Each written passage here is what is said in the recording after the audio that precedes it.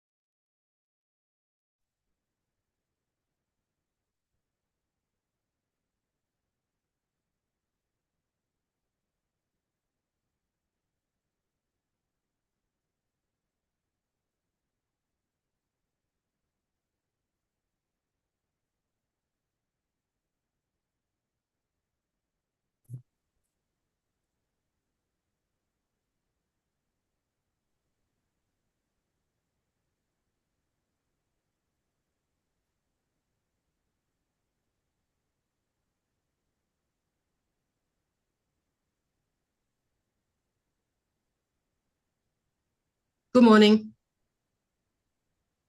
Good morning. Good morning, everybody.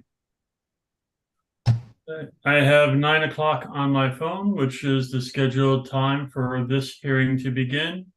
Melissa, are we all set and ready? Yes, sir. Thank you.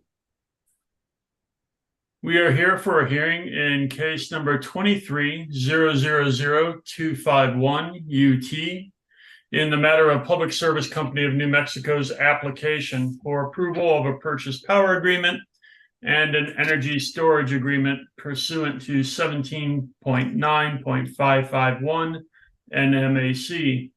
Today is Wednesday, December 20th, 2023. My name is Hans Muller.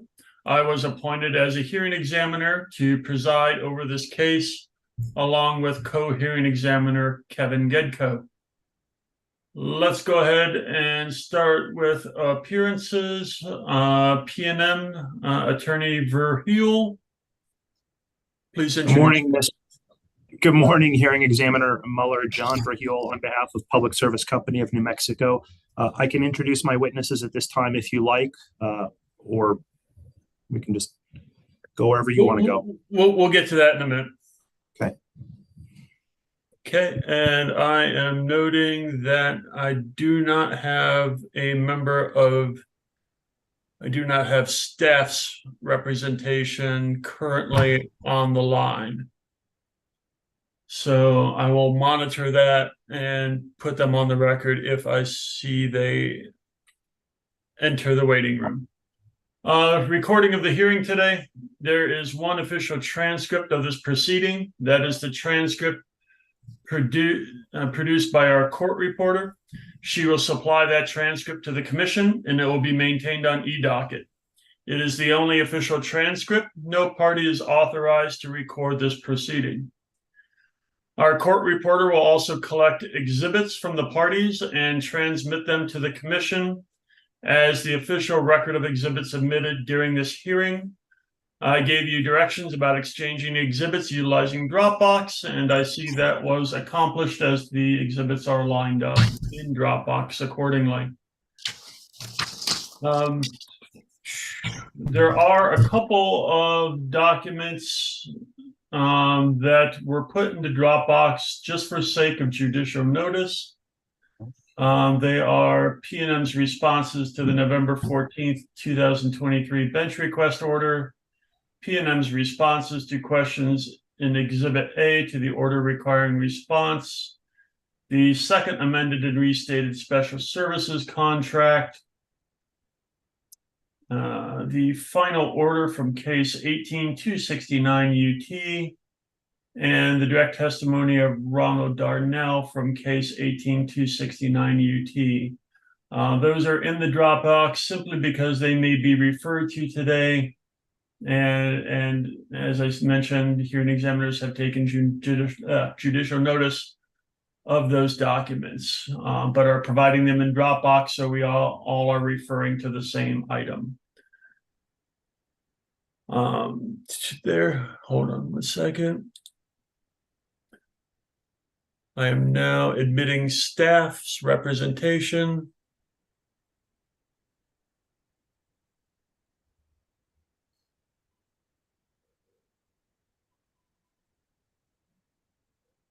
Morning. I apologize for being late. I had trouble logging in this morning. No problem.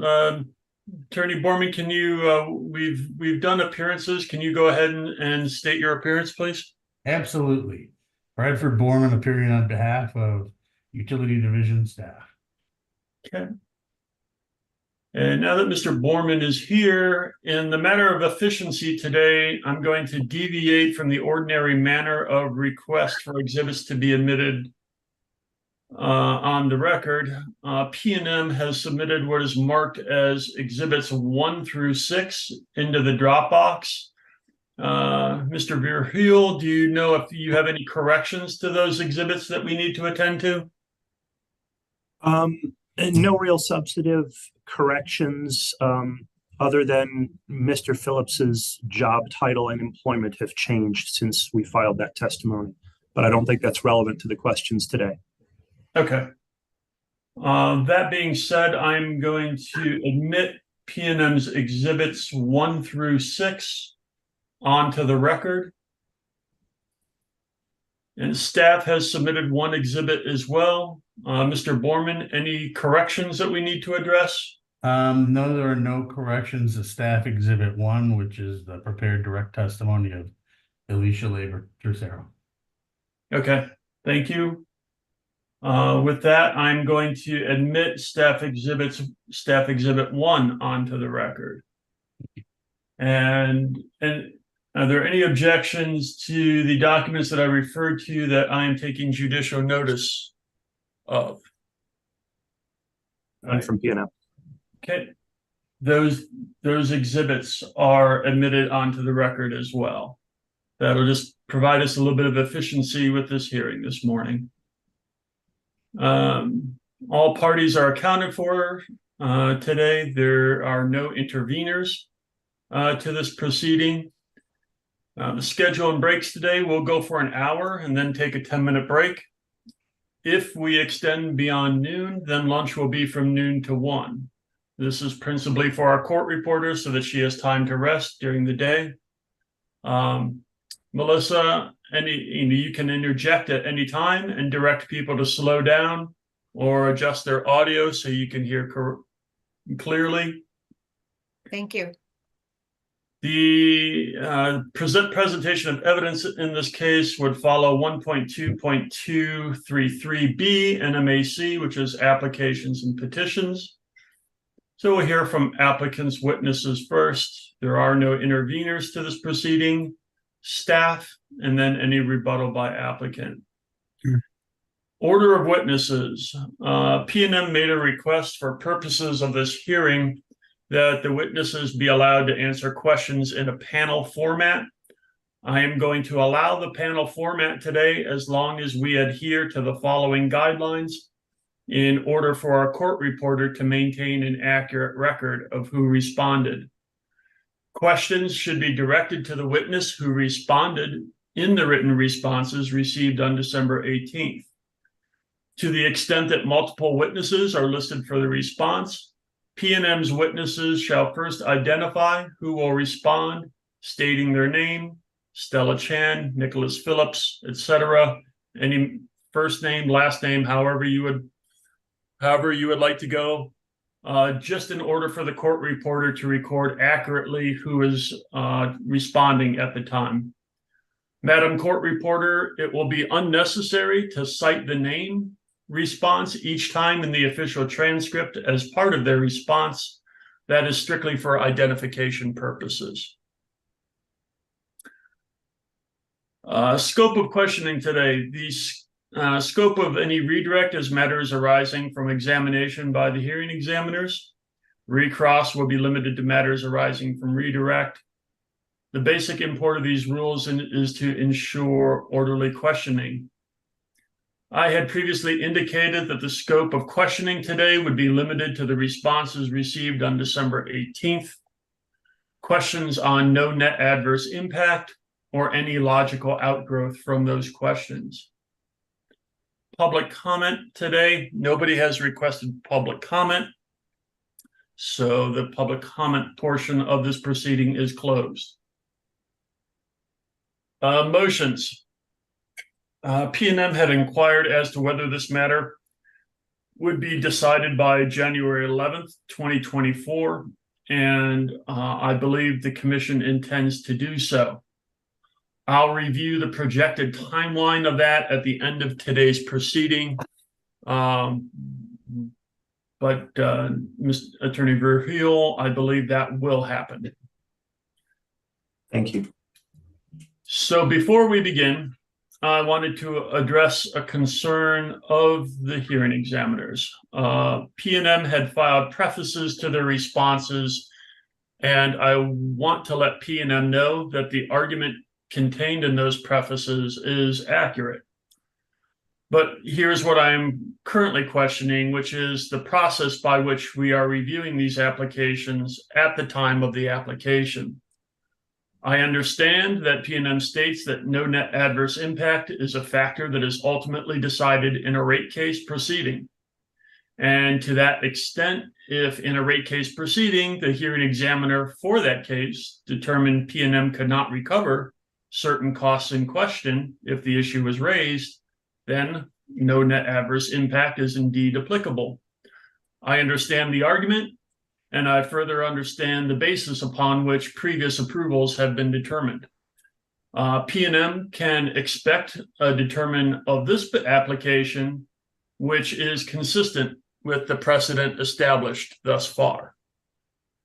However, I feel after reviewing the SSC, which is Special Services Contract, sorry, Melissa, that the cart is in front of the horse right now. The SSC contains the language in section 3.1.2 that additional renewable energy procurements shall result in no net adverse impact as defined in this contract. Therefore, in my opinion, in reviewing whether or not an application is in compliance with the terms and conditions of the SSC that was approved by the commission, a baseline review of whether no net adverse impact would result from the application is almost mandated by the terms of the SSC with the controlling shall language. To the extent that the final order in case 16191 UT indicated that determination of whether or not any customer class will be subject to any increased rates due to Facebook's production charge. In my opinion, that order overlooked the need for a review, what I would consider a de minimis review of no net adverse impact at the time of application to be consistent with the SSC.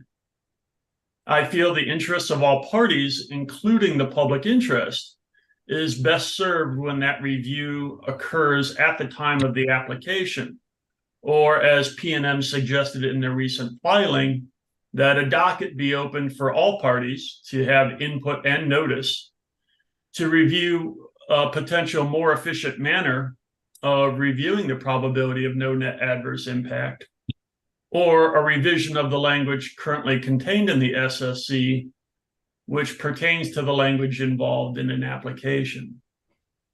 So to the extent that this line of questioning that has been presented by the hearing examiners to date goes beyond the prior review performed in prior applications, I just want to state that I appreciate that P&M has responded and provided the hearing examiners with additional information to better understand the SSC and how the rate mechanisms within the SSC operate.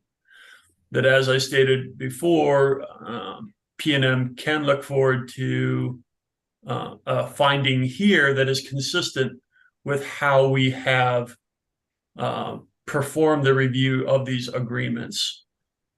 So I am not changing, and I'm not changing anything in this document. This has really gone to an analysis of how the rate mechanisms work. And like I said, the language that is contained in the SSC, I had a little difficulty understanding how I should make a determination that it's in compliance with the SSC. So that's my preface. But I will get to that more at the end of today's proceeding, along with that projected timeline, so that P&M is informed as to the timelines that will be involved at the end here. That being said, is there anything else before we begin receiving evidence? I'll let you introduce witnesses here momentarily, John. Anything else that we need to review? Yes, Mr. Hearing Examiner, just briefly on the topic of having our witnesses sit as a panel. First of all, we appreciate your essentially granting that request. We thought a panel format was the best format with which to respond to questions, solely from hearing examiners and staff. There's no adversarial cross happening here. What I do want to say, though, is that the December 18 responses that we filed, that was a fairly involved document with a lot of questions. So due to that complexity and the fact that it's not immediately obvious who the correct witness is to respond to any given question, I've asked our lead witness, which is Ms. Chan, to, where it's not obvious who the question goes to, I've asked her to direct it, either to answer herself or direct it to Mr. Phillips or Mr. Heffington. I hope that's okay, and I hope that's consistent with what your expectations are for today. That is perfectly fine, and that'll probably provide our court reporter even more direct route to knowing who is responding. Thank you. I have a question. Yes, Melissa.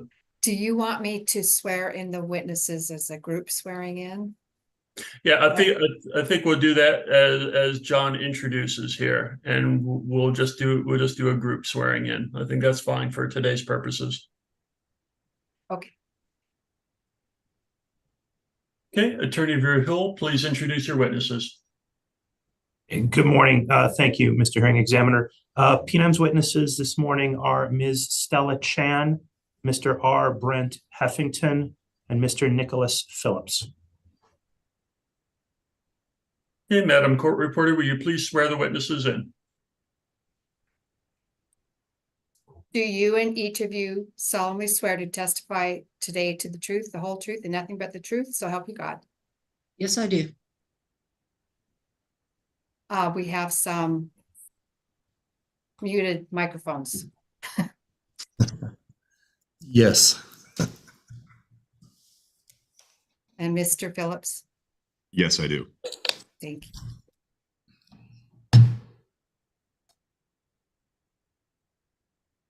Okay, the witnesses have been sworn in. Pnm's exhibits 1 through 6, as I mentioned, have been already adopted onto the record.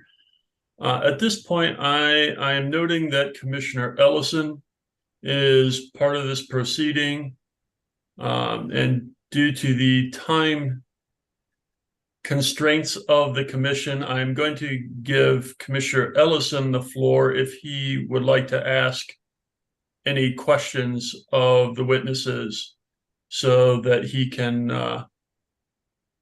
be most efficient with his time today. Commissioner Ellison, would you like to proceed with any questions you have for the witnesses? I appreciate that, Mr. Mueller, but I think I will wait just a little bit here, and if you don't mind, I may ask to ask a few questions a bit later. Okay, thank you. Thank you. With that, I'm going to hand the baton over to my co-hearing examiner, Mr. Hearing Examiner Gedko, to proceed with supplementary questions. Thank you, and good morning, everybody. Good morning. I'll do my best to be efficient in my introduction to the questions. As everybody knows, the responses that were given, and thank you for this, were extensive, and so you may see me have to pause to locate myself or something of that sort, given the time for preparation. But all right, my first follow-up question goes to question 1A, which was listed for Ms. Chan providing the response. And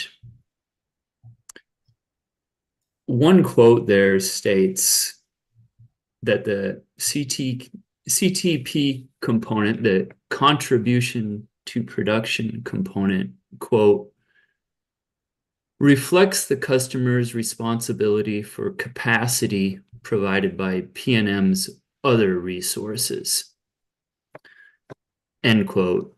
And so that reference to other resources is to system resources that are not resources that were procured according to the SSC for the purposes of meeting Greater Kudu's load, correct? Yes, this is Stella Chan. That's correct. So during a rate case proceeding, the contribution to production calculation is focused on other P&M system resources which costs are not recovered under Rider 47. So all the PPA and ESA costs that will be or are recovered through the Rider 47, they are excluded from P&M's rate case. And when you say they're excluded, and this, I think that confirms what I wanted to confirm. Is it equivalent to say that the capacity provided by the resources that are procured pursuant to the special services contract are not included in any retail production capacity revenue requirement that is allocated to any customer on P&M system? Okay, let me clarify. When I say it's excluded, I was referred to the costs. As far as the capacity, I think Mr. Phillips will be better to answer that. Sure. And to make sure, Mr. Hearing Examiner, I understand your question, I think what you were asking is, are all of the costs for the resources that are procured subject to the special service contract? None of those costs are passed through the rate case and recovered from other customers. They are only recovered from the Big C customer, Greater Kudu, and that is correct. Okay. The capacity provided to the system from a physical perspective, of course, is from all resources. Okay, thank you. And Madam Court Reporter, I apologize. This was Nicholas Phillips answering that part. So then my next follow-up goes to, if we go down to, and I have the responses open on my screen, but with all my little comments in them. And I'm assuming that the witnesses probably have those responses that P&M filed. And so I'll share my screen if needed and load a doc, but otherwise I'm going to assume we can all navigate there ourselves. And so I'm going to go down to page 35 is where I'm located.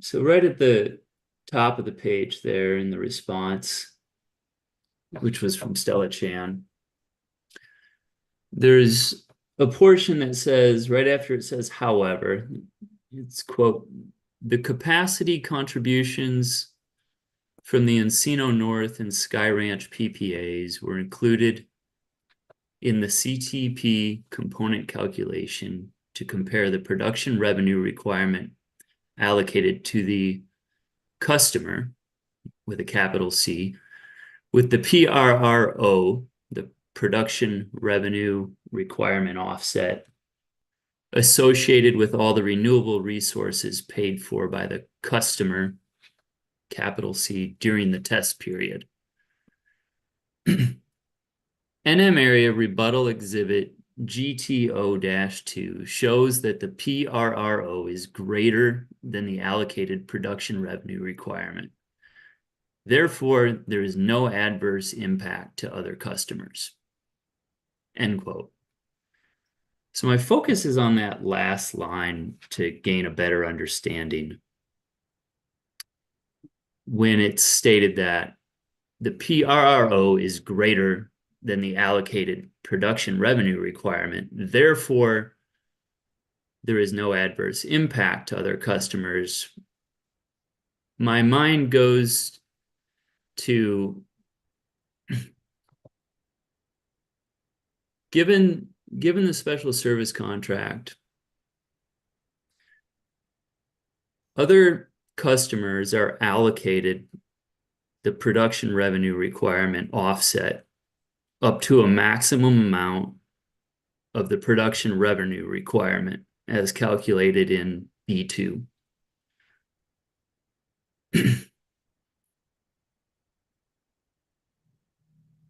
But the capacity that is provided by the resources that are used to calculate the production revenue requirement offset, they provide a capacity that Greater Kudu uses in addition to other customers.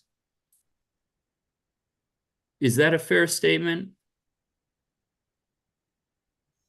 Dr. Chan, yes, it is. So if I don't know exactly the benefit that Greater Kudu gets from the capacity that is provided by the resources procured according to the special service contract, how do I make the calculation that is represented by that statement? Therefore, there is no adverse impact to other customers simply because the production revenue requirement offset is greater than the allocated production revenue requirement. That's what I don't understand. Okay, let me see whether I can explain it, and then Mr. Phillips can supplement response from an operational standpoint. So this exhibit, the calculation for the contribution to production, is purely a calculation, a financial calculation comparing based on, in a rate case, how we allocate cost to the customer, capital letter C, and other customers. And based on that capacity allocation, we are saying that that calculation reflects that the customer, capital C, they use the capacity, but at the same time, they also pay for the capacity under Rider 47. As I understand, if they did not bring the resources to the system, then PNM will have to go out and acquire additional resources to meet the system load. So the calculation is merely to reflect they are being allocated cost, but they also pay for other costs under Rider 47 that benefits other customers, the system. So we are just calculating that offset in a rate case proceeding. As far as the actual capacity benefit and how they utilize the system capacity, Mr. Phillips will be better to answer that question.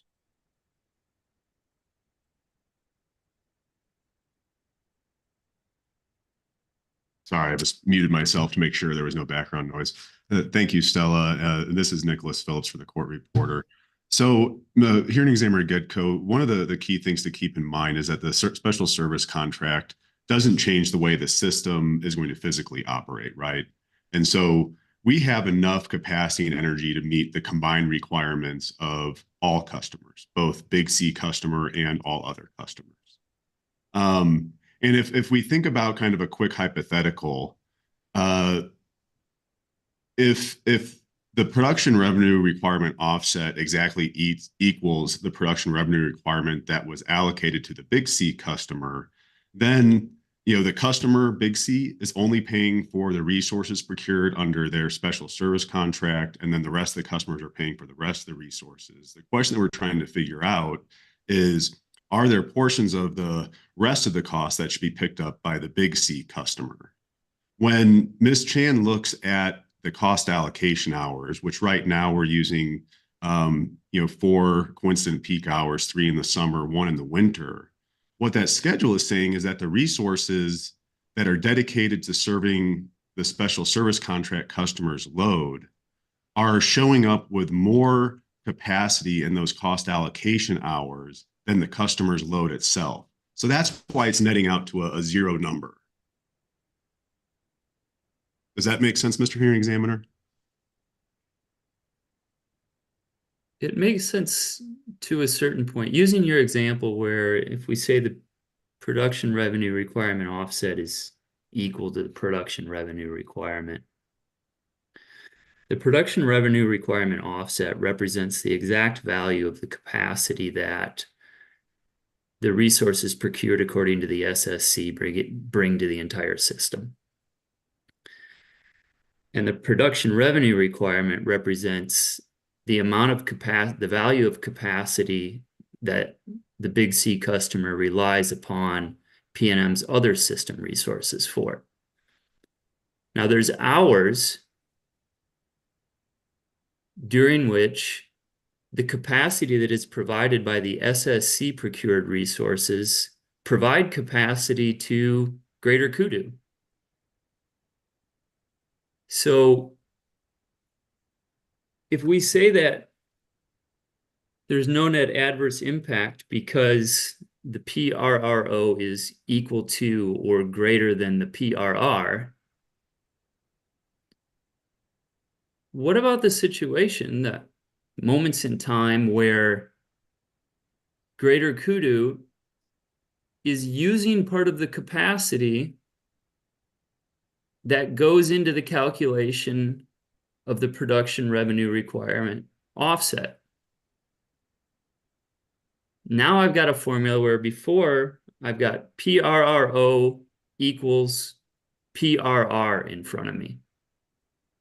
Now, on the left-hand side of the equation, I take PRRO and I say minus the capacity value that Greater Kudu uses during certain hours to serve the data center. And now I can't anymore say that it equals PRR. I have to say that it's less than PRR. And that's where I say it feels to me like there's a possibility where it's not a slam dunk, therefore there is no adverse impact to other customers simply because the PRRO is equal to or greater than the PRR. Is my concern there valid? Do you follow me, or am I making a mistake? Or Mr. Hearing Examiner, this is Nick Phillips again, and I don't want to overstep Stella if you were about to speak. Okay, so this is Stella Chen. I understand your question, and I want to I think in one of the responses, we talk about the PRRO and PRRR. The PRRO, the offset, is for a cost, it depends on cost allocation in a rate case. So, for example, the current, like Mr. Phillips stated, the current allocation is taking 4 hours, in 1 hour from each of the 4 months, June, July, August, and December. And that is the 4 hours that we use to allocate costs, and that's whenever we calculate the contribution to production. So in those 4 hours, when we look at customer load versus the capacity that they pay for, and that's how we determine the offset. In future rate cases, when we change the allocation, that PRRO will change. Hearing Examiner, to your point, in the future, it will be in rate cases that the PRRO is less than the allocated revenue requirement. Therefore, the customer, capital C, is going to pay. And I mean, Mr. Phillips can supplement, because I think whenever we look at procure the resources, we are looking at resources to meet the customer's annual consumption, not on an hourly basis to match exactly what they require. I mean, Mr. Phillips, you can supplement that. I'm going to pause for a second. I see Mr. Hearing Examiner may want to ask another question.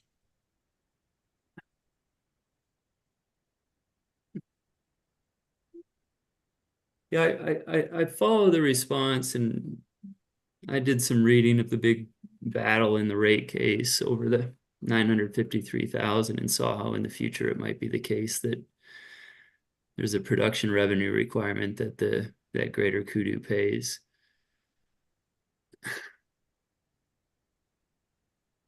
But just sticking to the very simple formula that I put out there in the hypothetical that Mr. Phillips first gave of PRRO equals PRR. The PRRO, and maybe this is where I'm getting lost, or not.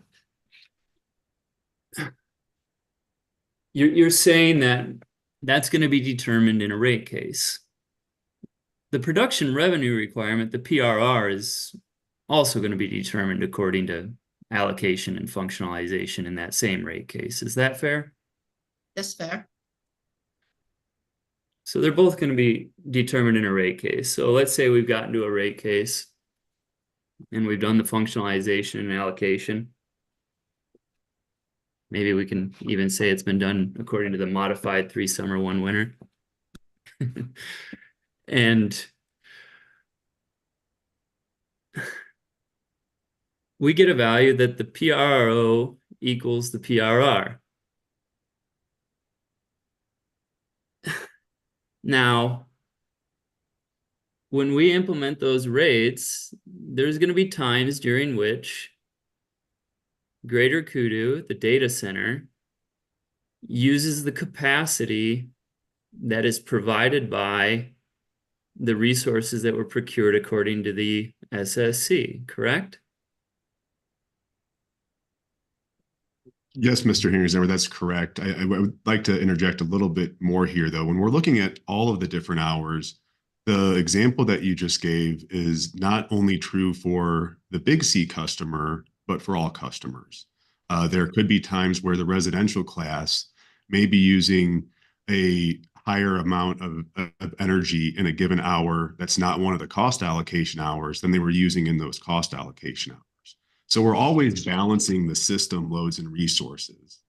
When we're looking at prescribing the allocated production, fixed production revenue requirement, whether it's to the customer or to the rest of the customers, we're looking at it in a set number of hours that is used to determine where we want to prescribe those costs to, right? So there's going to be other hours where the usage may be a little bit higher, a little bit lower, depending on classes.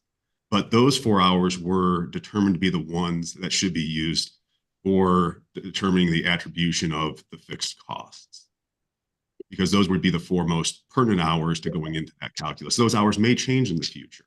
Yeah, that means, oh, go ahead. Sorry, I thought you were done. But it is always true for any customer that they may be using a little bit more or a little bit less energy in any other hours than what was used for cost allocation. The system was designed to make sure that it's going to work properly in all of those hours. And then when we're attributing costs to the classes, we're picking a subset of those hours. And now the values that we're saying are showing benefits or costs under PRR or PRO are only to that subset of hours that we are attributing the fixed cost allocation. And that just twists my question, twist my mind in another direction, because we're making the statement, or the statement is being made, that because the PRRO is greater than the PRR, therefore there is no adverse impact to other customers. And what you have just explained is, well, those are just certain hours. There's other hours when usage of the system by other customers as well as Big C customer varies when it's compared to the coincident peak production hours that are chosen. But the statement is being made that there's no adverse impact to other customers based on the PRRO being greater than the PRR in those coincident peak hours. And so an explanation and regarding the fact that, you know, it doesn't reflect perfectly how the system operates in all the other hours. I'm right there with you. But then it just brings me back to, why is it therefore there is no adverse impact to other customers simply because, according to the allocation and functionalization in the rate case, the RRO is greater than the production revenue requirement. And there may not be a good answer for that. But So maybe the response should have been more clear and specify that per the calculation under the current cost allocation methodology, how we calculate the contribution to production offset, that is showing that the value of the PRRO is greater than the customer's allocated production revenue requirement. Therefore, the other customers are not worse off based on the allocation that is performed in the rate case to set rates. And that will be depart, to your point, Mr. Hearing Examiner, of actual operation on an hourly basis.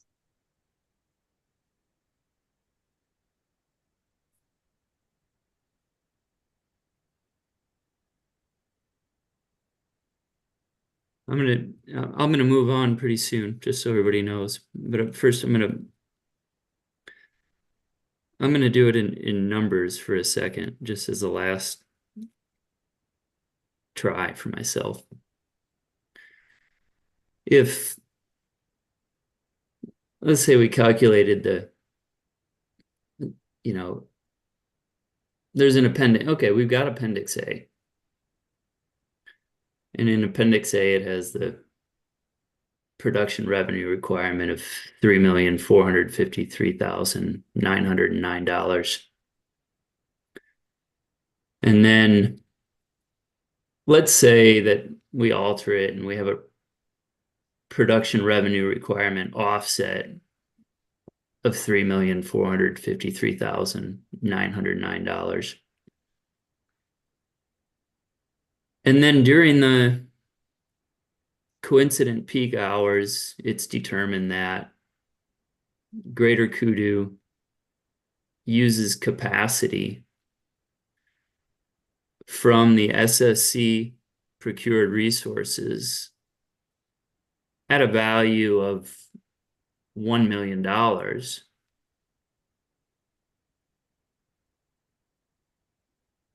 Then in that case, I'm going to have a production revenue requirement offset of $3,453,909 minus $1 million with respect to say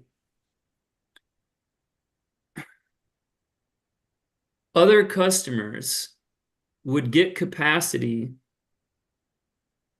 in the value of $2 million, $2,453,909.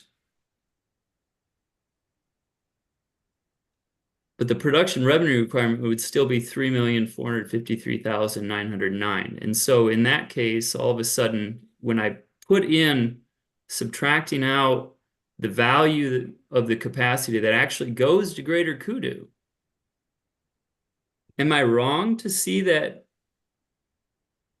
then the production revenue requirement is actually greater than the production revenue requirement offset amount that the other customers benefit from? Okay, can I clarify the question? So you're saying that during a rate case calculation or Appendix A, the production revenue allocation is $3.4 million.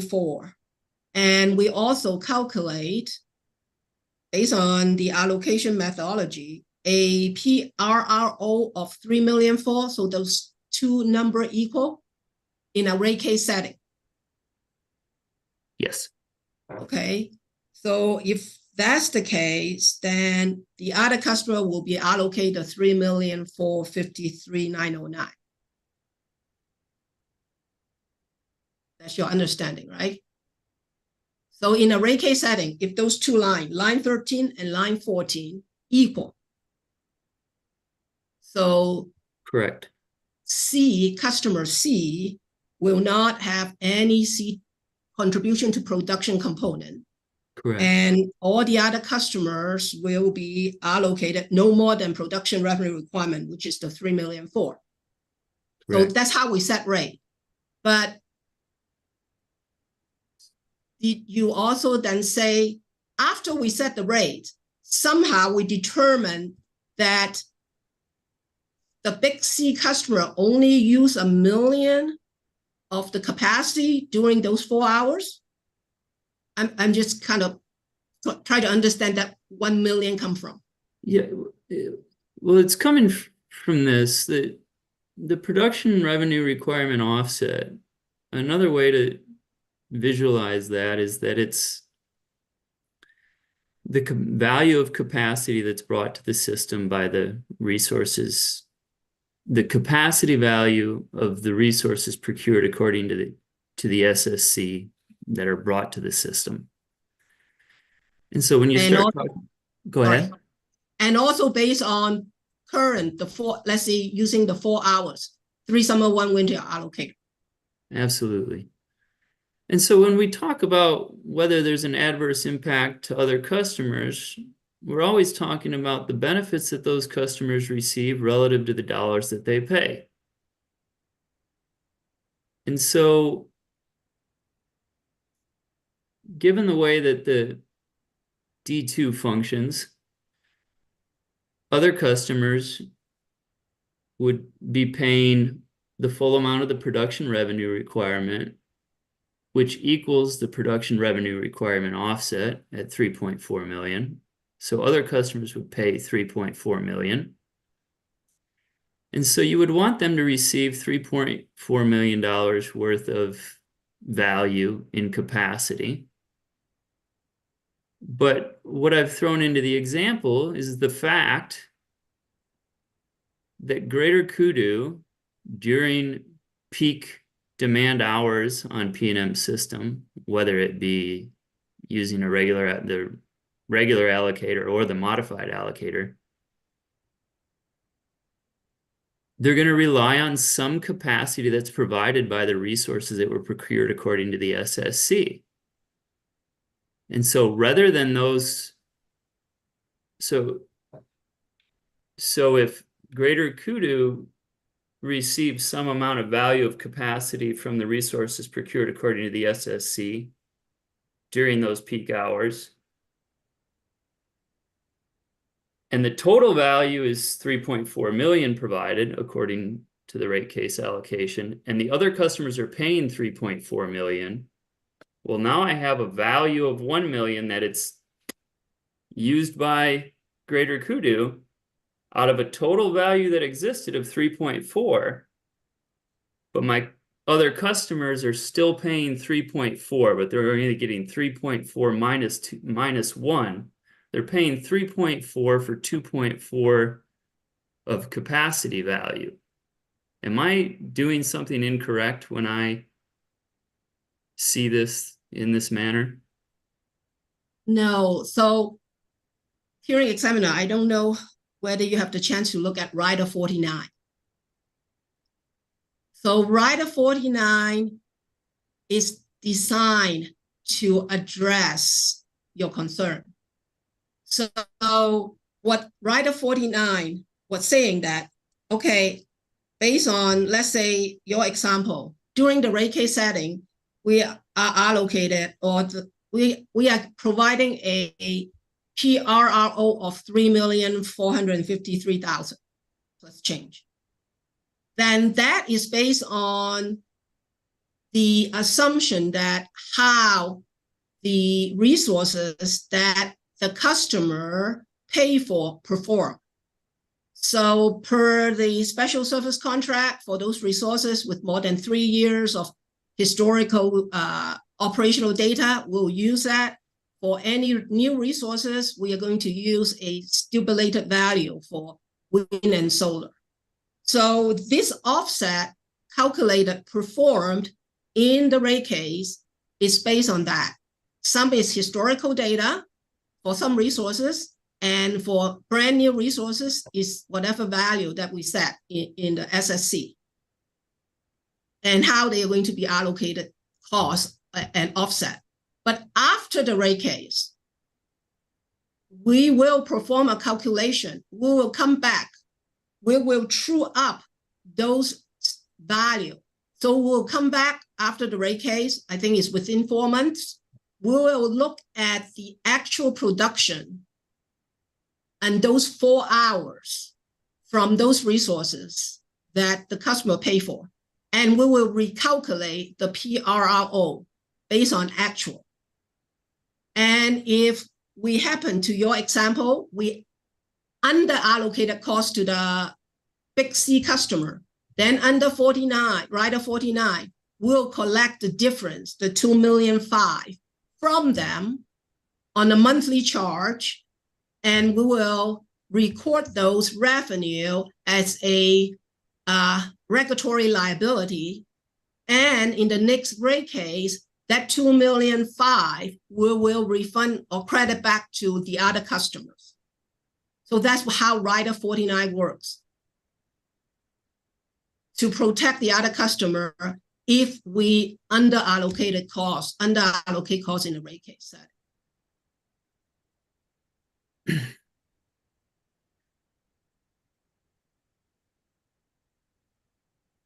Okay, but Rider 49 is to make up for the inability to perfectly predict what the capacity values of the resources are due to the need to stipulate or base it upon a 3-year historical average. And so then you true up to actuals. But let's say you got it perfect. Then my example of 3.4 minus the 1, the 2.4, other customers get 2.4 value but pay for 3.4. If the stipulated values in the 3-year historical averages perfectly match up with actuals, nothing will change, correct? Right. So I think Rider 49 trues up for incorrect stipulated values with respect to capacity value, but it doesn't change the fundamental fact that the Greater Kudu is going to rely on capacity from the SSC procured resources, and therefore other customers don't receive the absolute full value that is represented in the production revenue requirement offset. And maybe you'll again explain to me a way that I'm misseeing it, and then we can move on, because I think I've asked it a lot, but that's what I'm seeing after we refer to Rider 49. Okay, maybe Mr. Phillips can kind of explain on an operational standpoint how we can determine for every hour how is the resources being utilized by capital C customer using their resources versus the system resources. Sure, I'll do my best. And Mr. Hearing Examiner, if you wouldn't mind helping me one more time walk through your hypothetical, just to follow up on what Ms. Chan was trying to clarify. So just with the values, where again is that $1 million that you're referencing coming from? So we have a PRR in the rate case of some amount, and we've got an equivalent PRRO of that same amount.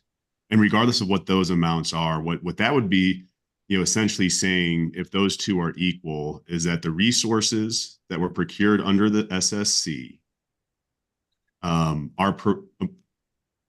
ahead.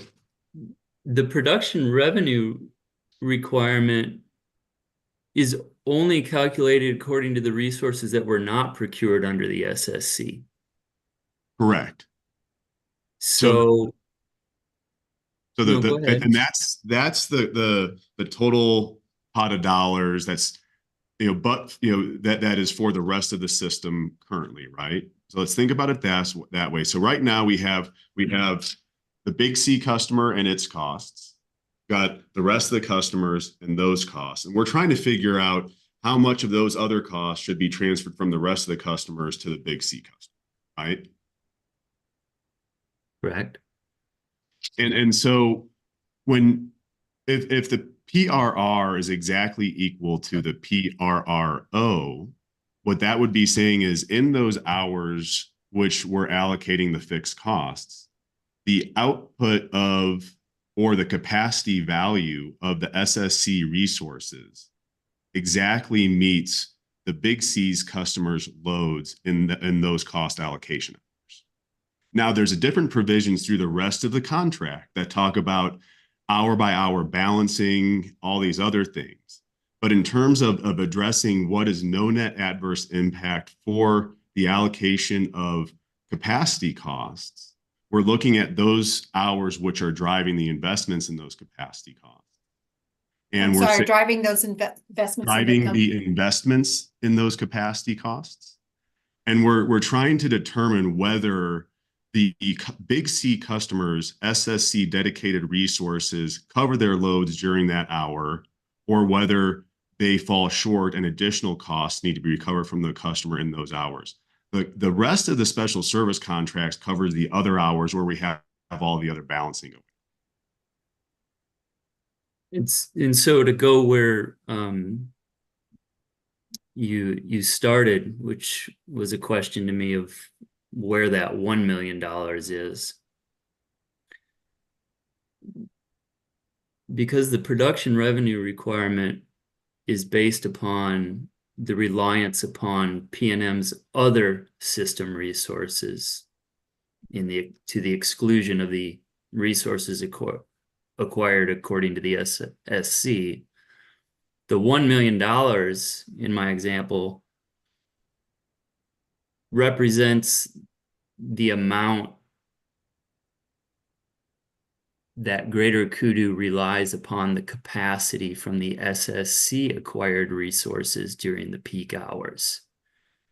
Because so I think there might be a touch of confusion there, because the amount of capacity that Greater Kudu or the big C customer relies on their dedicated resources has nothing to do with the PRRO or other system costs.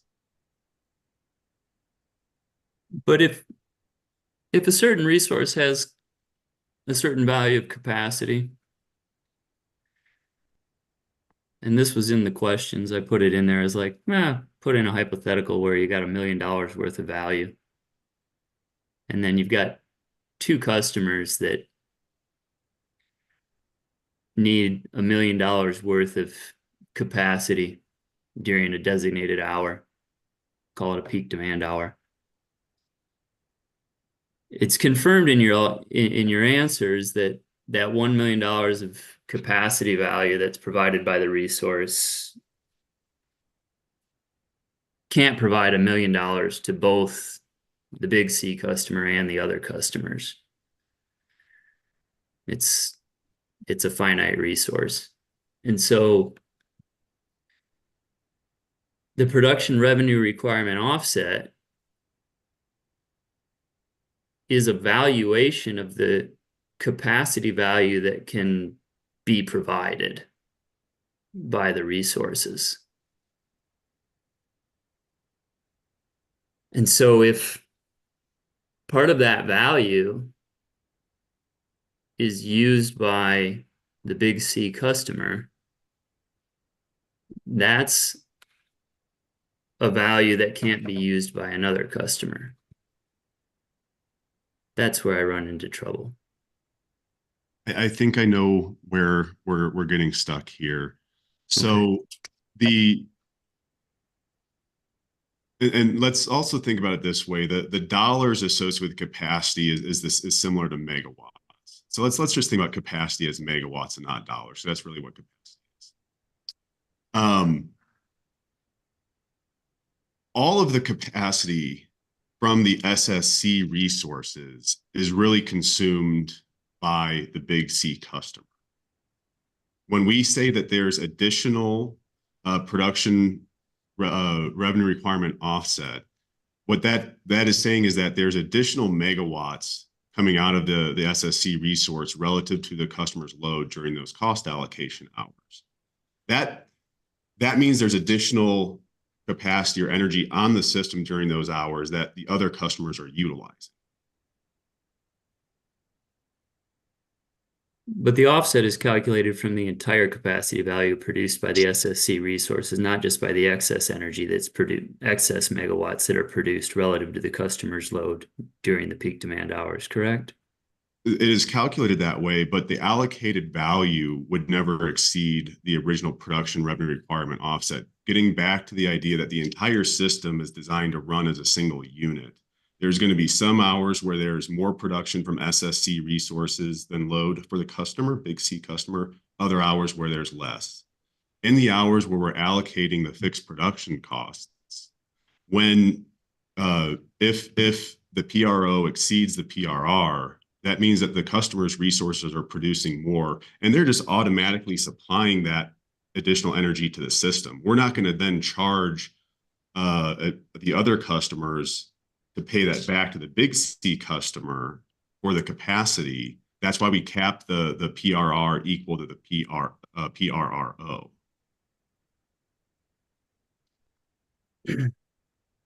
So the customers are receiving that, and they're getting a good deal on that from the big C customer, because the big C customer may be providing more capacity and energy during those cost allocation hours to the system that they're using. But the little C customers are never going to pay more for the amount of the system than they otherwise would have if the big C customer was never there.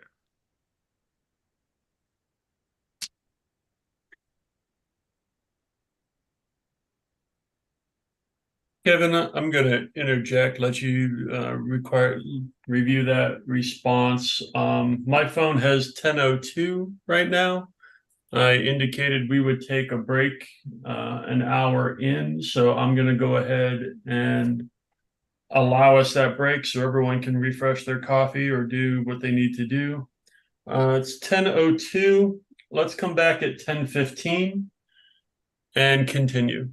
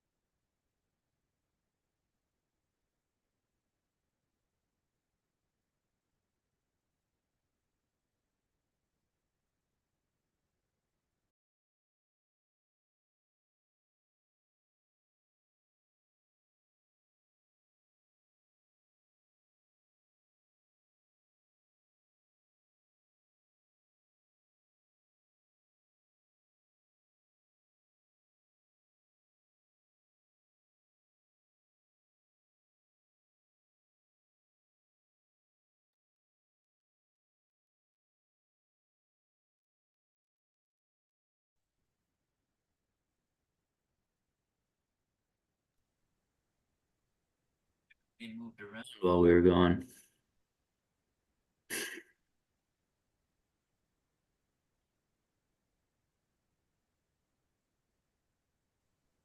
Okay, I have 10:15 on my phone. So Melissa, you ready to go back on the record? Yes. All right, let's proceed. Hearing Examiner Gidco, let's wrap up this line of questioning here and then move along so that we afford Commissioner Ellison the opportunity to provide any questions he has. But I think we're, from an efficiency standpoint, we're doing pretty good so far. So proceed with the questioning. Thanks. All right, thank you. Court reporter, ma'am, can you just repeat the last answer that was provided?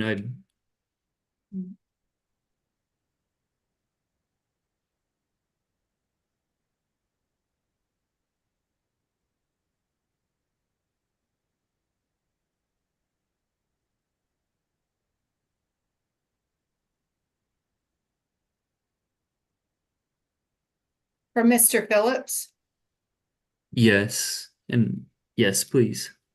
it is calculated that way, but the allocated revenue requirement offset, getting back to the idea that the entire system is designed to run as a single unit.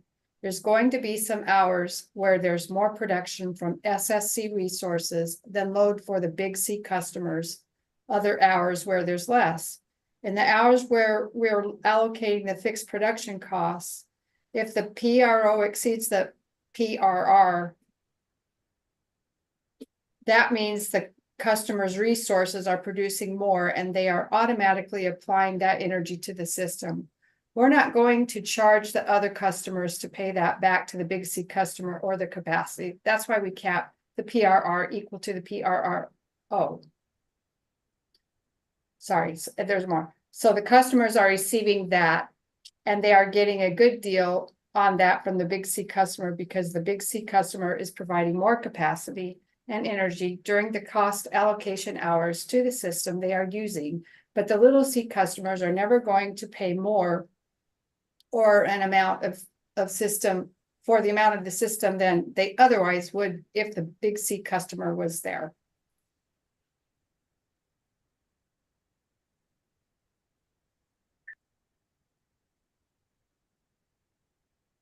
And I think that should say if the big C customer was not there, correct? Correct. Um,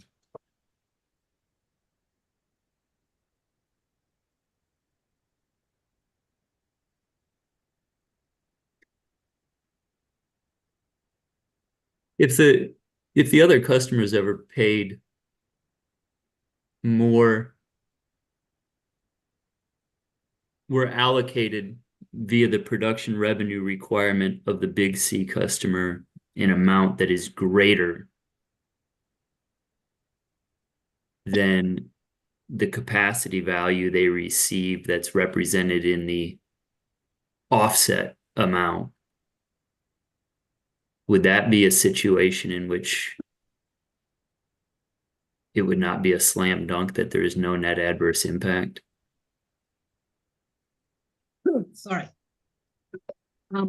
If you look at Appendix A, that is the situation that is not a slam dunk. That the big C customer will have cost responsibility, i.e. they will contribute or they will pay part of the production revenue requirement.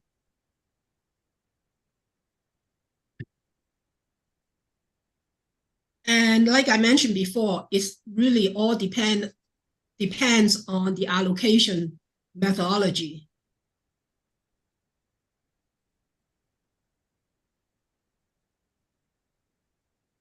Yeah, that last question was poorly formed. Thank you for that, Ms. Chen. I'm going to move on to another question, unless Mr. Phillips or Ms. Chan has anything more they want to add. I know there was a break there, and maybe there was a feel that you developed something that you think would assist me, so I don't want to cut it off if there's something more to be added.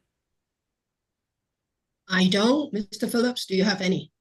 I really would just like to hopefully make sure that we've got this issue as clear as we can, and I'd hate to think we're going to walk away before it becomes clear, Mr. Hearing Examiner. Maybe let's take a step back and just try to walk through a couple of things at a high level and see if that helps for things to make sense. It's like if we think about the system, and I don't know if you want to talk about Exhibit A or Exhibit B, if there's numbers that will help.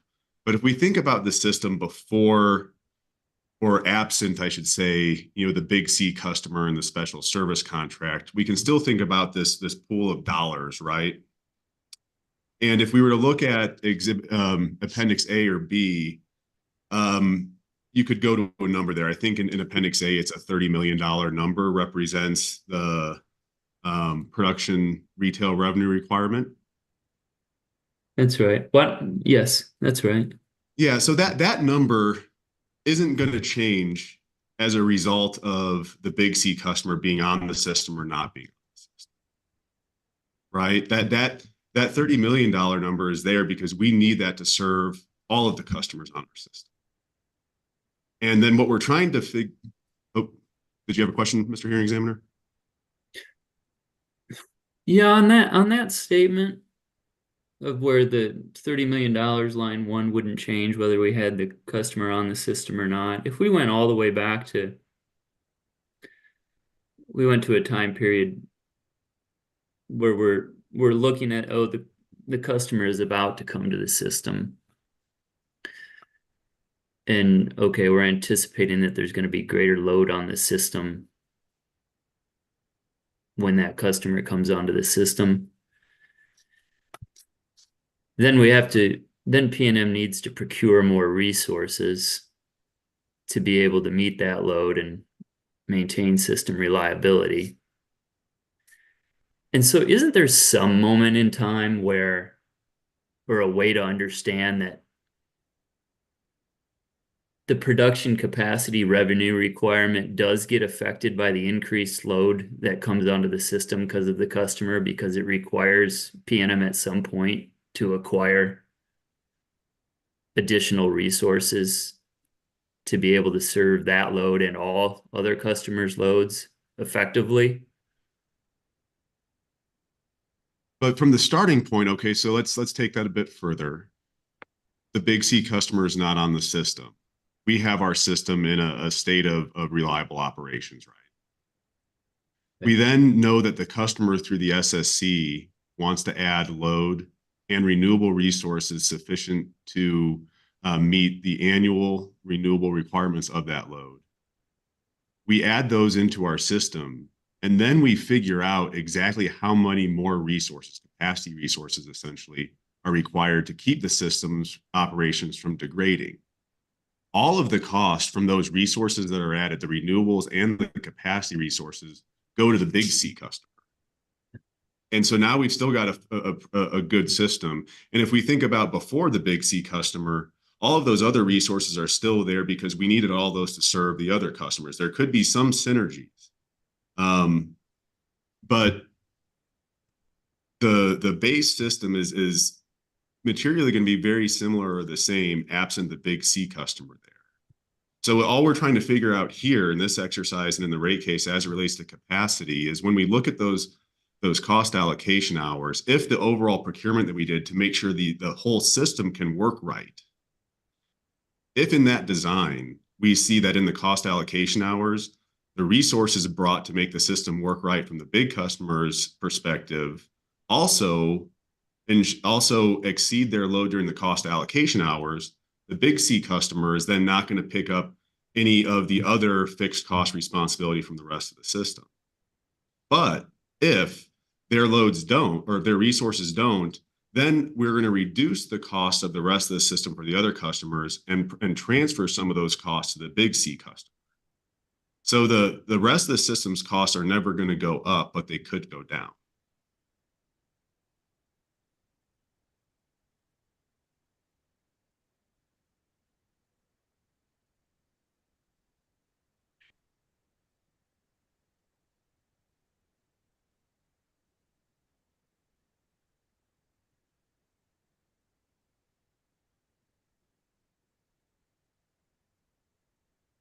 there's amounts of the production revenue requirement when that the production revenue requirement by definition reflects when the big C customer relies on Pnm's other resources.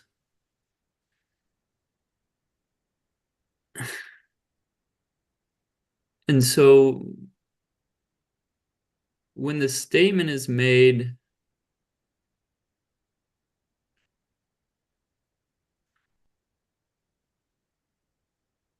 that other customers' rates won't go up when the big C customer comes on, my mind was going to, well, what about when they have to pay that production revenue requirement amount of the big C customer?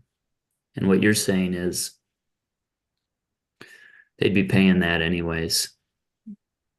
Yes. I think it helps. Yeah. Okay. I'll process that. Thank you. Thank Yeah. you, sir. Was there more to that, or did that kind of give you the feel from me that you were hoping for? I hope so. It's a very confusing topic, and I'm just hoping we can all walk away with a better understanding. If you don't have any follow-ups, that was what I was hoping to get across. Yeah. I mean, over the last day, one piece that kind of mixed in with me was how that retail production capacity revenue requirement doesn't include any of the SSC procured resources. So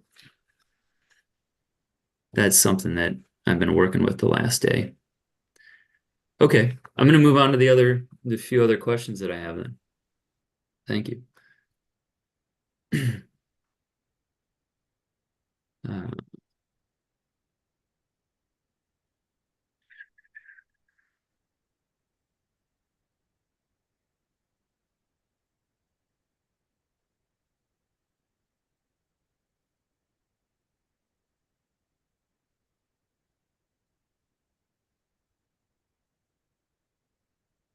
Here's one question on page 24. Miss Chan, you make a reference to similarity to behind the meter customers, to how a customer that's served by 36B according to the SSC is somewhat similar to behind the meter customers.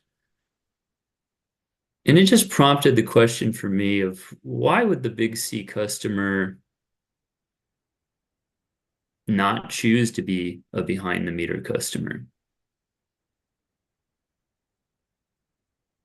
Well, I don't remember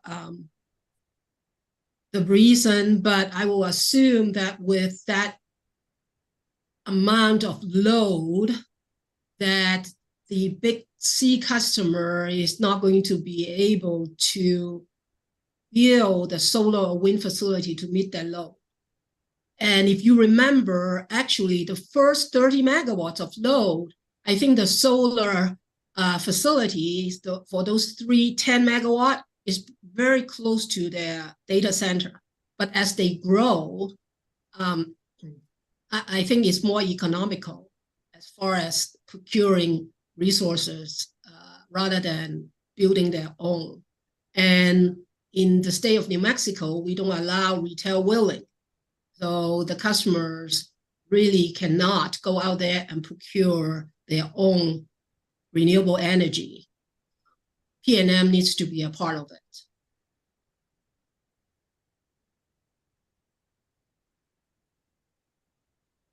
Okay.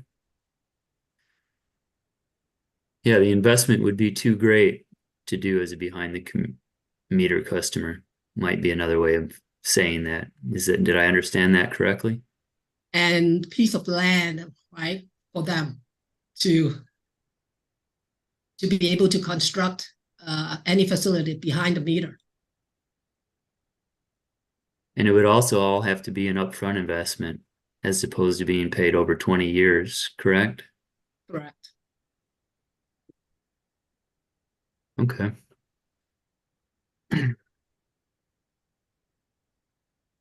So, Mr. Phillips, on page 29 in R3, let me highlight a few things here, just a second. Let me know when you get there. I'm here. Yes, I'm here with you. Great. The question I marked is, it's the question that says, what would be the reasons that the actual average historical coincident peak production for each resource type was not the appropriate capacity value factor? And your response was, well, PNM believes that the current approved method in the SSC is appropriate and protects the public interest. And that prompted the question for me of why then would PNM be open to a new stipulated value if PNM believes that the current approved method is appropriate? I'm sorry, maybe I don't understand the question. Why would PNM be or not be opposed to a different value if we think that the current values are appropriate and protect the public interest? Yeah, that's essentially it, because it's in the contract, if I'm recalling correctly at the moment, that after 2026 it could be renegotiated for different stipulated values. And so my interest was, well, why aren't we relying more on historical, and we're going to have more information in 2026? And your answer said, well, you like the method. And so I was curious as to what would be gained by going for a different stipulated value that PNM agreed it may negotiate with the big C customer. And I want to start out by saying, I think that the presumption from PNM is always going to be that the current approved contract does protect the public interest. From the way the contract works, and I believe it's in Exhibit D2, Section D3 in the SSC, talks about if the customer cannot agree on a new stipulated capacity value, then go back to a historic average. The stipulated values are really only in place for new resources. Perhaps there's a new resource that is in a geographic location dissimilar to other resources on the system, and we need a different stipulated value to match up with that geography, or perhaps there's a new technology. And I think it gives the flexibility for the customer and PNM to work together to try to appropriately reflect the actual value that we would expect for a type or location of resource. But then, as Ms. Chan talked about earlier, we do have the ability through Rider 49 to true that up to make sure that the public is protected. Okay, that helps. Thank you.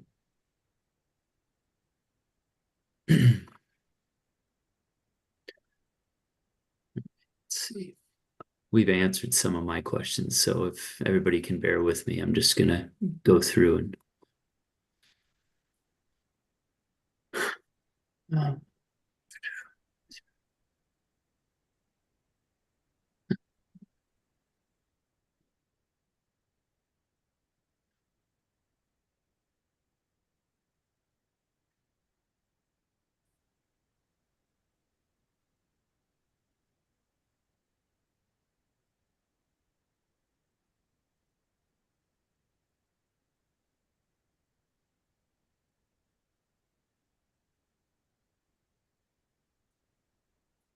so this one is a pretty general question. If we go to page 14.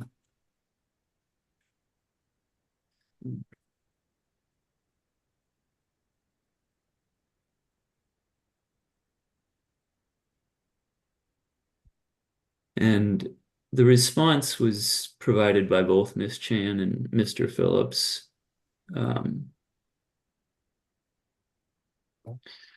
And it's there in the response under I. And you make the statement, no, it is not correct to link allocated shares of costs to what could be avoided if a customer class did or did not exist. Can you explain that a bit? The Phillips? Sure, Mr. Hearing Examiner, and this kind of gets to the conversation that we were just having, in that the system is going to incur certain costs, and it will have to recover those costs. The referenced figures in Appendix A in the question, the $26 million number, that's only a portion of the total incurred system costs necessary to reliably serve the system. And so, if the Big C customer weren't there, that doesn't mean that we would reduce overall system costs down by their allocated share.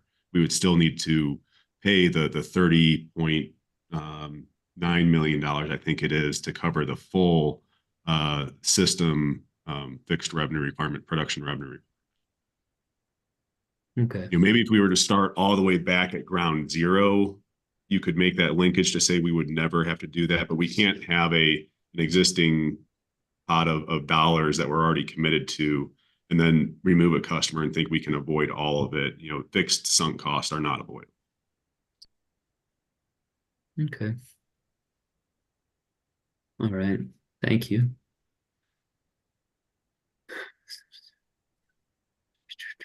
Okay, that covers that one.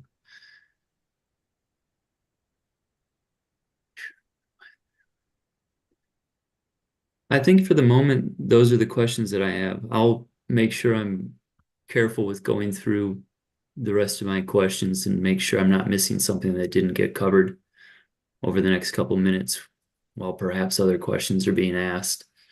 And so thank you. Thank you. Thank you, sir. Thank you, Mr. Gedko. Mr. Borman, I know you had indicated you may not have questions, but I just wanted to reflect if you have any questions for the witnesses. Thank you, Mr. Hearing Examiner. I do not have questions for any of the witnesses. Okay, thank you. Commissioner Ellison, do you have any questions of Pnm's witnesses today? Yes, I would like to ask a few questions, please. Proceed.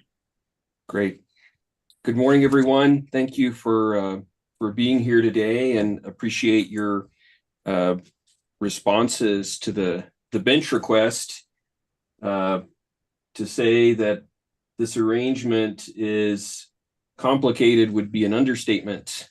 So this is really my first time looking at this in detail. So I would like to take the opportunity to make sure I understand it and to get some additional information. So, I understand that Rider 47 is the pass-through for the cost of the PPAs that the customer has. That am I correct? There are no capacity charges here. This would just be a pure kilowatt hour based pass-through for the PPAs. Currently it is, but when Sky Ranch ESA becoming in service, then those costs will be included in Rider 47. Okay, so the ESA will have the capacity charge, and that will be passed through Rider 47. Right. And then 36B is the rider that takes care of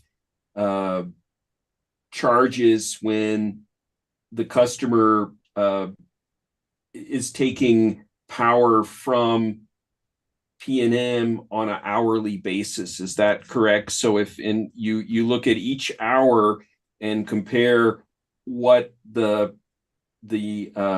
resources the customer has are producing, and if there's a shortfall, the system is providing it, and then so Rider 36B is reflecting the hourly cost of power from the system. Is that how it works? So rate 36B is the basic tariff that the customers take service under. So the component that you mentioned is one of the charges. So under 36B, just like any other customer, other rate schedule, the customer under the rate 36B will pay a customer charge that reflect the cost to provide service, customer-related cost. And 36B customer is being served as transmission level, so they also will pay a transmission demand charge. So it's part of 36B. Then, as you mentioned before, for the hours that they quote unquote lean on the system, then they pay a non-fuel charge that reflect the O&M. They will pay also a fuel and purchase power cost, which also reflect the incremental fuel charge. And then also currently they are paying another per kW charge we call contribution to production. And it's also a charge that they pay on the hour that they lean on the system.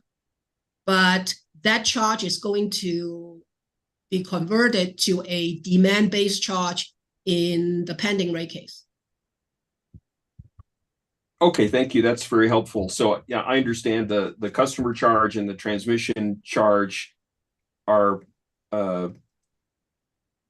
standard charges which are assessed under that rate, and the fuel and purchase power cost adjustment and the energy related non-fuel are both related to the volume of energy that they're pulling from the system, as you say. That's correct. Okay. And then the CTP, the contribution to production, I understand based on that special services contract that the calculation is this PRR minus PRRO divided by the annual billable demand. Is that the same contribution to production that is in this rate? Okay, so the formula that you just described, that will be the one that in the pending rate case. Currently, per the contract, they are currently paying a per kWh contribution to production. But that will change in the pending rate case. Okay, and that per kilowatt hour contribution to production, is that assessed based on, how many kilowatt hours they are taking from the system, or is it based on their entire load? The current contribution to production charge is based on what they pull from the system. So what they pull from the system. Yes, so it will be the same kWh that will assess the fuel and the non-fuel charges. So it's the same kW, reflect when they pull on the system. Okay, and so so even though the special services agreement has this formula in it, currently that CTP, that contribution to production, is a fixed number that was calculated differently. That's correct. Okay. So I wanted to ask about the battery contract, the ESA. Was having that ESA required for the customer to have no net adverse impact? Mr. Phillips, please answer. Good morning. Yes, Commissioner Ellison, it was added to ensure that when we, took into account the customer's additional load requirements and the renewable resources to meet their annual corporate renewable energy goals, the ESA was required to ensure that we weren't going to have a degradation in system reliability. I'm sorry, that we aren't going to have a degradation. A degradation in system reliability. And how was that 50 megawatt size determined?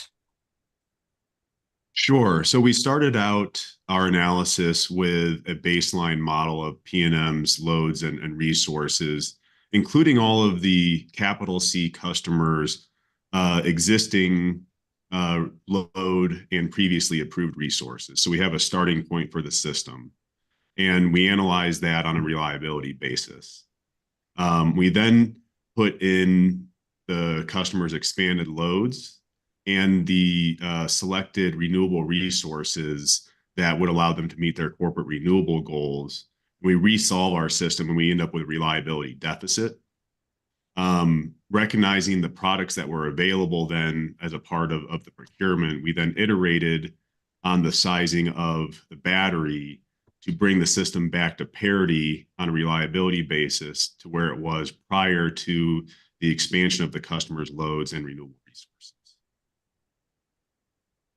Okay, thank you. So it sounds like then that the SSC and the current rate arrangements don't fully, I guess, compensate for any reliability deficits that additional customer power purchase agreements may cause, that you really need to specify some additional capacity in order to deal with that issue. Is that a correct understanding? Commissioner, perhaps I don't understand the question. When I said that we resolved the system to get back to parity, I meant that in the sense that our loss load probability metrics were restored to where they were prior to expanding the customer's load and renewable resources. So we would have ensured that the system reliability metrics had not changed through the addition of that 50 megawatt battery resource. Okay, thank you. I understand that point, but I guess what I'm getting at is that the current, I guess, arrangement where you are calculating this contribution to production and some payment is made if there is some capacity shortfall.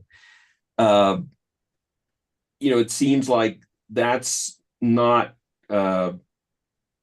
completely taking into account issues like this. Like, had there been no ESA with this proposal, then I guess I'm not sure that there would have been some payment to Pnm that would have allowed you to acquire an ESA. Am I understanding that correctly, that it really needed to be dealt with outside of this existing contract? Let me try to answer. The existing contract, part of it is the Rider 47. So as Mr. Phillips explained, after he ran his modeling to maintain current reliability, the customer, capital C customer, we need to bring on battery storage, and the big C customer needs to pay for it under Rider 47. So the ESA cost is borne by the capital C customer under Rider 47. Yeah, I understand. Yeah, I understand what you're saying. In terms of the variability, obviously there's a lot more renewable resources on the system due to the customer, and dispatching the system to deal with the greater variability requires some cost. There's some cost associated with that. Would you agree to that? Mr. Phillips, can you answer that? Yes, all else held equal, I would agree that more variability will lead to an increase in production costs. I'm sorry, please repeat that. I'm sorry, Madam Court Reporter. Yes, I would agree. Holding all else equal, more variability would likely increase production costs.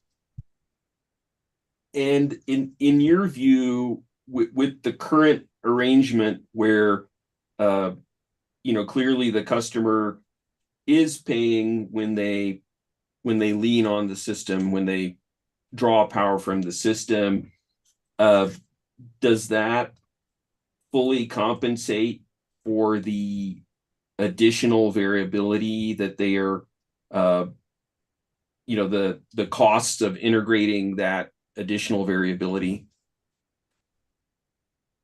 I think yes, in that the fuel and purchase power costs that the customer would pay, as well as the contribution to production that the customer would pay on the hours that it's leaning on the system, the total dollars that would go into the rates that they're paying would include any increase in costs related to renewable integration. I think it's a slippery slope as well, given the number of different avenues in which we allow customers to increase the amount of renewables on our system, whether it's community solar or rooftop generation. And given the state's requirement to go to a renewable and carbon-free system, to think about singling out specific renewable integration costs. No, I understand that point. It is interesting that the contract does talk about no net adverse impact. So I think there's a question, how do you interpret that and how far do you take that? In terms of, I guess, the special services agreement, can that be revisited at some point if needed, or how does that work? I think in the contract itself, that is a provision for if PNM and the customers would like to open or renegotiate an amendment to the contract. And that's exactly how the current SSC been put in place. It's PNM and the customer went back from the original contract and look at it and say, hey, we need to a different contract, and hence we negotiated and came up with the current version of the contract. Right. And I know a question was asked about curtailment here of the customer's PPA resources.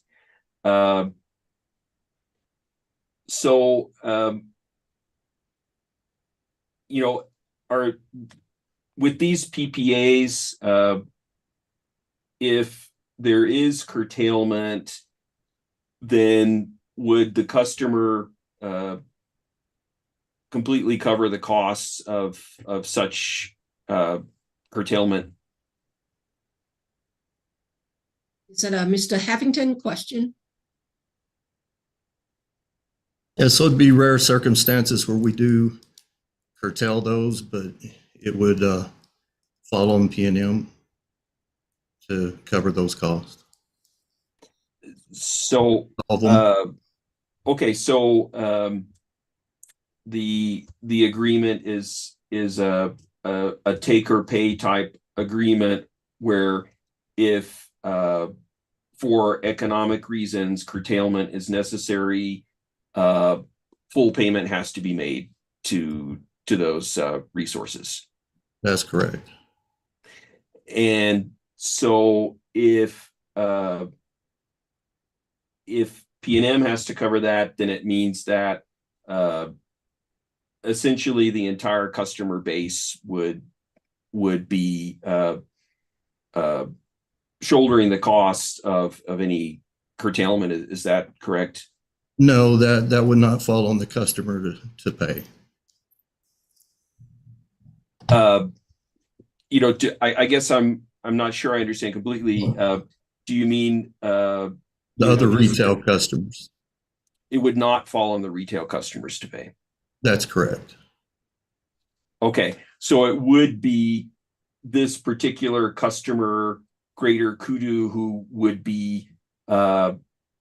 make the payments to the resources, regardless of whether the energy was actually received. So the contracts between NMRD and P&M. So if we curtail, then we would have to make that payment. P&M would have to make that payment, but we would not push those costs onto the retail customers for that. I see. I understand. Yeah. And if you did have to make a curtailment decision, would these resources have the same priority as other network resources, such as the Arroyo plant, or would there be some order of curtailment? To my knowledge, there's not an order of curtailment. It's just, an economic curtailment would be very rare. So it's hard for me to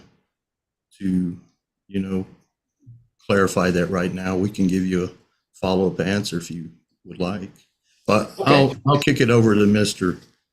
Phillips. Thank you, Mr. Hemington, if you don't mind. There is no disparate treatment between resources when effectuating curtailments. If it's an oversupply condition, P&M endeavors to try to make sure it's over the course of time, kind of pro rata across the system for a general oversupply condition.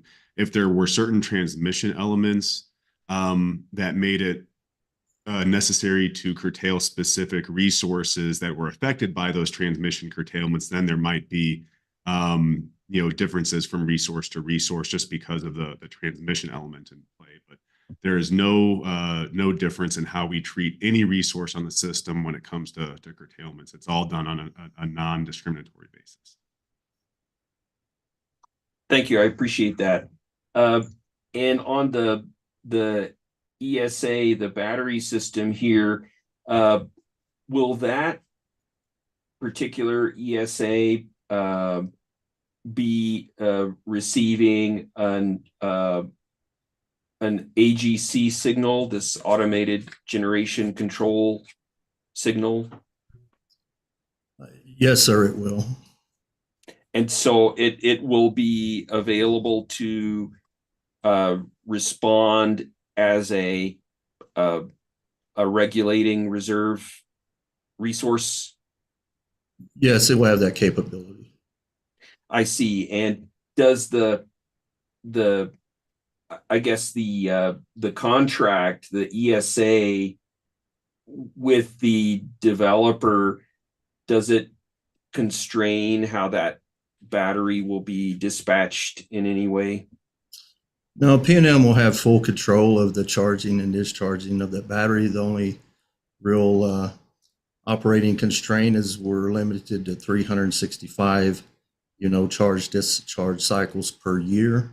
So that's the only constraint. As long as we manage it within that, we have full control to charge and discharge that battery for system. I'm sorry. For system needs. And small variations in output, say based on, you know, an AGC signal, that wouldn't be considered a full cycle, correct? A cycle would be, you know, you start at some percentage and end at some percentage. That's correct. No, so it could fall within in that cycle, just the incremental use of the battery. Okay, that's great. You know, I think those are all the questions I had for now. I appreciate your responses. Yeah. Thank you, Mr. Commissioner. Thank you. Thank you, Commissioner Ellison. Attorney Verheul, or do you have any redirect that you would like to ask the witnesses at this time? I do. Thank you, Mr. Hearing Examiner. And it's only on one of the last questions that Commissioner Ellison asked, and I just want to ensure that the response is clear in the eventual transcript. This is for Mr. Phillips. Mr. Phillips, when a resource like a solar facility gets curtailed for whatever reason, is it correct that PNM still pay? Well, let's talk specifically about this PPA. So it's NMRD. Is it correct that PNM still has to pay NMRD for the energy, for that deemed energy that would have been taken? And I'm also going to ask Mr. Huffington to step in as needed. My understanding of the contracts is it's actually separated apart into the type of curtailment. If the curtailment is what's deemed to be a reliability or transmission curtailment, there would be no necessary payments from the buyer PNM to the seller NMRD. If the curtailment that's effectuated is an economic curtailment, then as Mr. Heffington indicated, PNM would reimburse NMRD for those deemed energy charges, but would have no mechanism to collect that money back from the Big C customer or other customers on the system. Or other customer. On the system.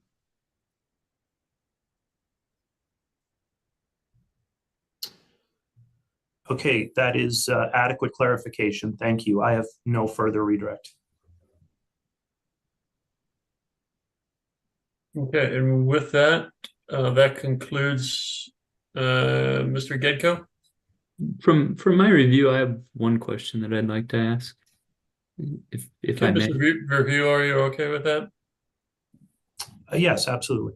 All right, proceed. There was one question. It's on page 22 of Pnm's responses. And it deals with the per megawatt hour charge to Pnm's to a residential customer through the FPP CAC. And effective July 1st, 2023, the residential customer was billed $38.40 essentially per megawatt hour. And the price for the PPAs that are being applied for in the current matter, if I'm recalling correctly at the moment, are $32.50 per megawatt hour.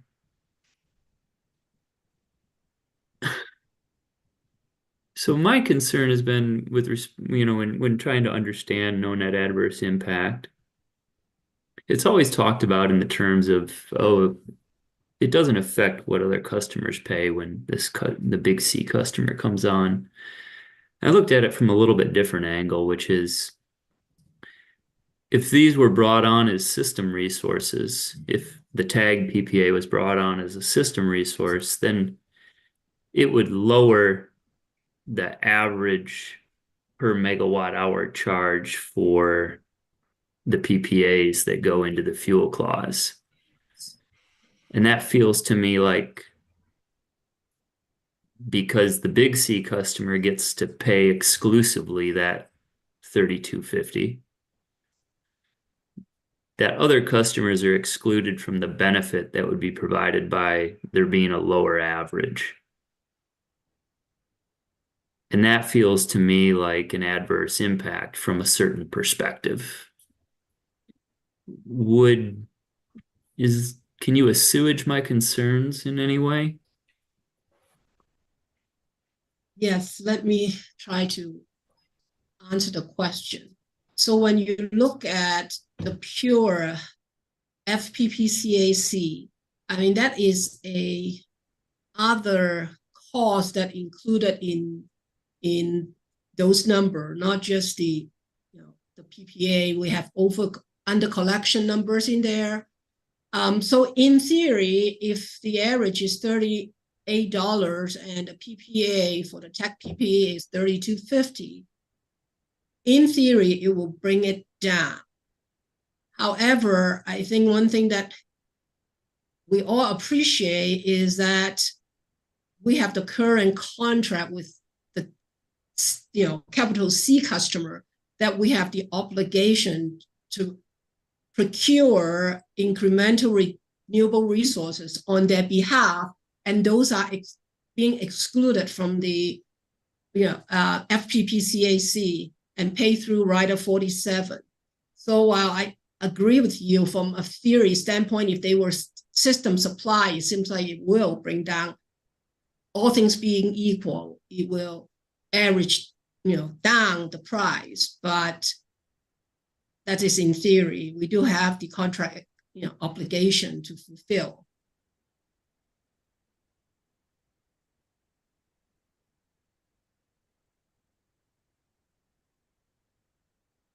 Yeah. And another obligation in the contract is that there's an obligation to fulfill the contract and an obligation that the contract not impose a net adverse impact. So on that specific element of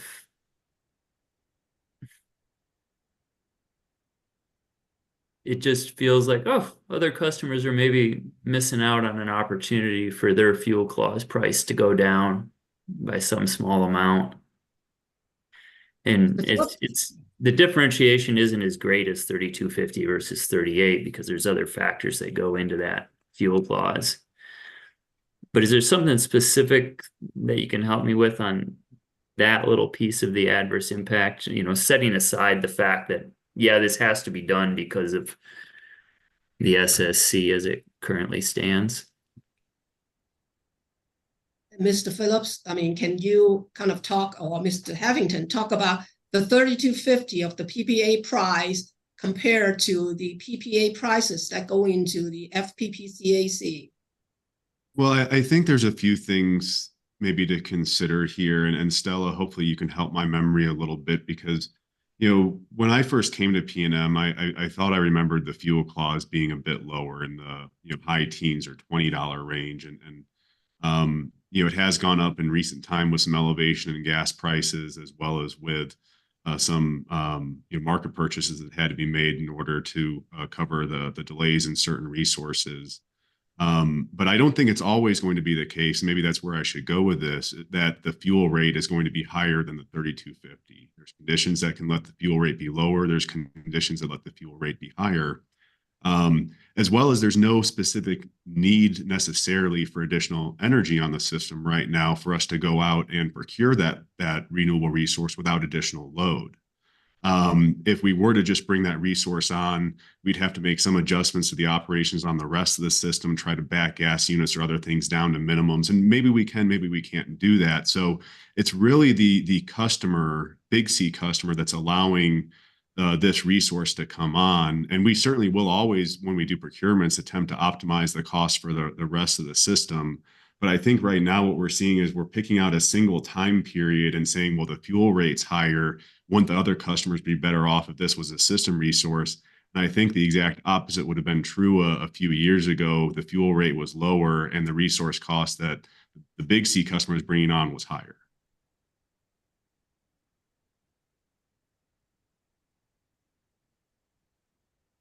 Thank you.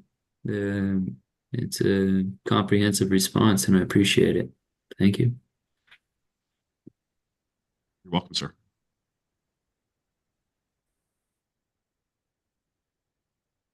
Is that the conclusion of your questions, Kevin? It does. Thank you. Okay, thank you.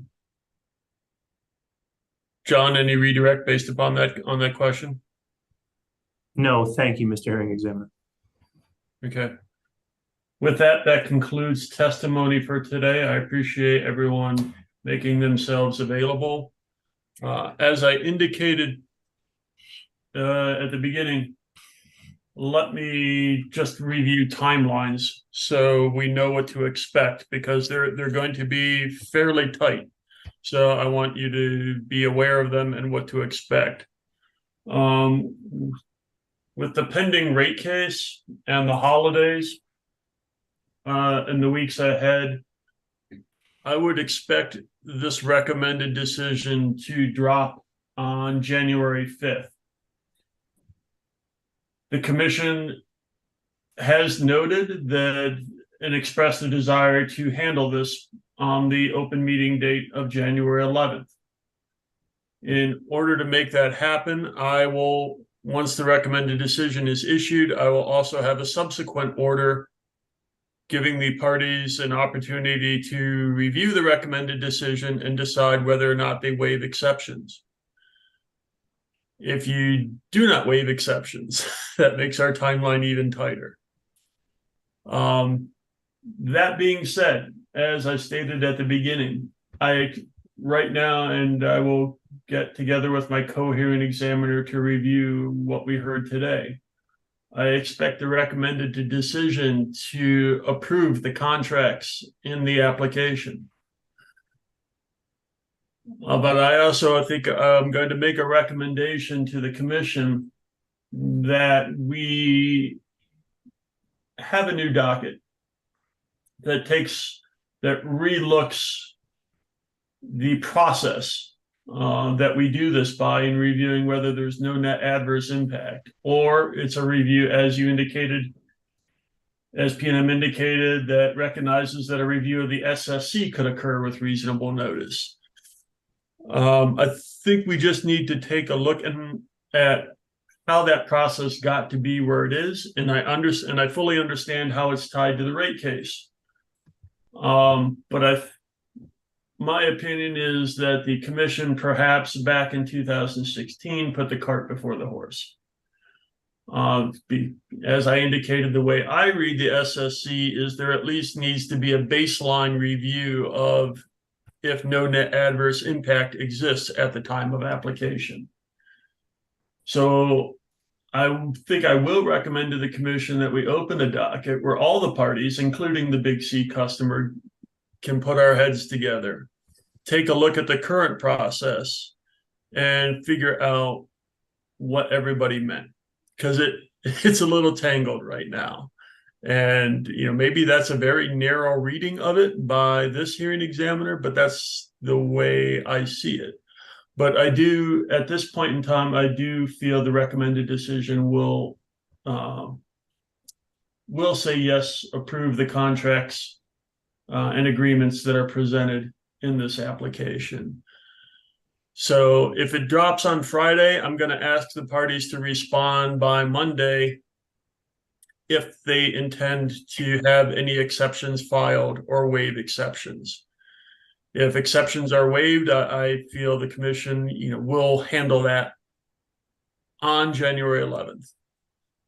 If we need exceptions, we'll probably have to have a meeting on Monday to figure out when those exceptions would be due by.